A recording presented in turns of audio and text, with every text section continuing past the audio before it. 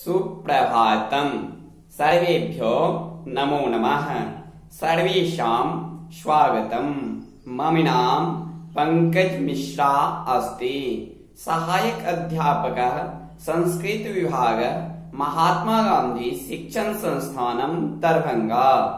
अद्य अहं भवतां समक्षे कक्षा षष्ठ विषयः संस्कृत व्याकरणं प्रकरणं विसर्गसन्धि इति विषयमधिकृत्य पाठयितुम् उपस्थितोऽस्मि। अद्य सन्धि अध्ययनस्य पञ्चदिवसः अस्ति। छात्रों, आज की क्लास में मैंने विसर्ग संधि लेकर उपस्थित। सबसे पहले विसर्ग संधि जो है वो स्वर के साथ भी होता है और व्यंजन के साथ भी होता है। स्वर संधि विसर्ग के व्यंजन के साथ भी होता है और स्वर के साथ भी होता है। जब विसर्ग के बाद कोई स्वर या व्यंजन वर्ण आए तो विसर्ग के स्थान पर जो विकार परिवर्तन होगा वह विसर्ग संधि कही जाएगी। जब विसर्ग के बाद कोई स्वर या व्यंजन वर्ण आए तो विसर्ग संधि के स्थान पर जो परिवर्तन होगा वह विसर्ग संधि कही जाएगी। विसर्ग के बाद विसर्ग नहीं आएगा, क्योंकि विसर्ग से किसी शब्द का प्रारंभ नहीं होता। विसर्ग के बाद विसर्ग नहीं आएगा, क्योंकि विसर्ग से किसी शब्द का प्रारंभ नहीं होता। ऐसा कह सकते हैं कि विसर्ग के स्थान पर होने वाले आदेश को ही विसर्ग संधि कहेंगे। ऐसा कह सकते हैं कि विसर्ग के स्थान पर होने वाले आदेश को ही विसर्ग संधि कहेंगे। जैसे में बालकः गच्छति, यहां पर में संधि नहीं हुआ है, क्योंकि बालक शब्द के आगे विसर्ग लगा हुआ है। तो बालकः गच्छति में संधि नहीं हुआ है, और उसी बालकः गच्छति को जब हम यहां पर में विसर्ग संधि करेंगे तो स्वरूप हो जाएगा बालको गच्छति। अब चूंकि यहां पर में जो विसर्ग है, बालक शब्द के आगे जो दो बिंदु वाला विसर्ग है वो उत्तु में जाकर के परिवर्तन हो गया है।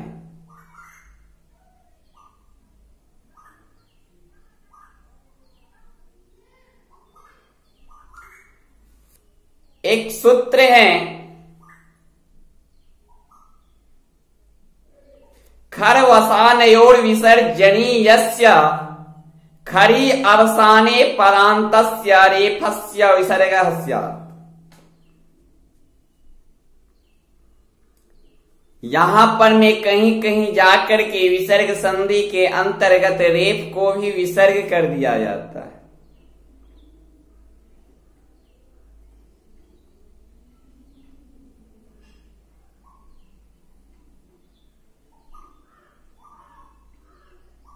और उस विसर्ग को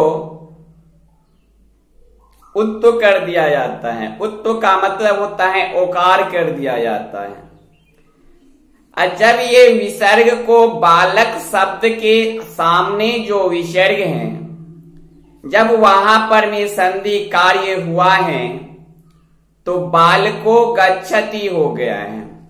पूर्व रूप जो है वो बालकः गच्छति है, और जब यहां पर में विसर्ग संधि कार्य हुआ है तो बालको गच्छति हुआ है।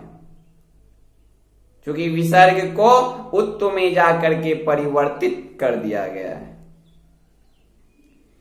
दूसरा, नमः करोति। नमः करोति, यहां पर में संधि कार्य नहीं हुआ है, क्योंकि नमः करोति का अर्थ प्रकट होता है कि नमस्कार करता है। और जब हम यहां पर में संधि कार्य करेंगे तो विसर्ग जो है वो 100 में परिवर्तन होगा। विसर्ग क्या है, वो 100 में जाकर के परिवर्तन होगा। और जब परिवर्तित होगा विसर्ग 100 में, तो नमः करोति से बन जाएगा नमस्करोति। जो सूत्र इससे पहले मैंने बताया हूं, जो खरवसानयोर विसर्जनीयस्य खरी पदान्ते रेफस्य विसर्गः स्यात्। अब विसर्जनीयस्य विसर्गः स्यात्, वहां पर में रेप को विसर्ग करता है, यहां विसर्ग के स्थान पर में शकार का आगमन करता है। तो अब नमः करोति से जब संधि कार्य हुआ है तो नमस्करोति हो गया है, क्योंकि अर्थ दोनों का बराबर ही निकलेगा। जो नमः करोति से निकलेगा वो नमस्करोति से भी निकलेगा, लेकिन यहां पर में एक संधि कार्य हुआ है, इस वजह से नमस्करोति बना है।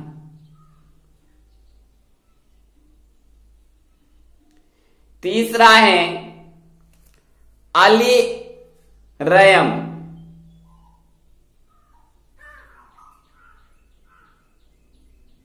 अलिरयम, अब चूंकि यहां पर में जो अलिरयम है उसको जब हम संधि विच्छेद करते हैं तो अले प्लस अयम, अले प्लस अयम। अब जो अली शब्द के सामने विसर्ग है, वो विसर्ग लौ में जाकर के परिवर्तित हो जाएगा। क्यों होगा, तो आगा स्वर है। अयम जो उत्तर पद है, उस उत्तर पद अयम के अंतर्गत अयम शब्द का प्रारंभिक वर्ण अ है, और वो अ जो है वो स्वर वर्ण है। तो अली प्लस अयम अलिरयम। यहां विसर्ग के बाद स्वर या विसर्ग के बाद व्यंजन आ रहा है, अतः इसलिए इसे विसर्ग संधि माना गया है।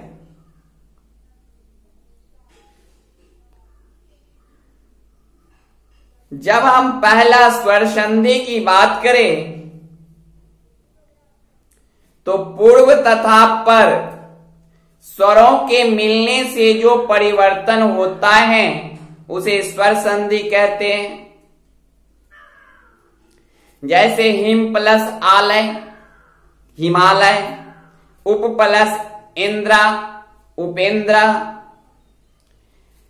सबसे महत्वपूर्ण बात तो यह है, जो यहां पूर्व वर्ण है हिम, तो हिम शब्द के जो अंत मकार हैं, उस मकार में विद्यमान आकार है, तथा पर वर्ण आलय का आ हिम शब्द के मकार के आकार के साथ दोनों मिला है।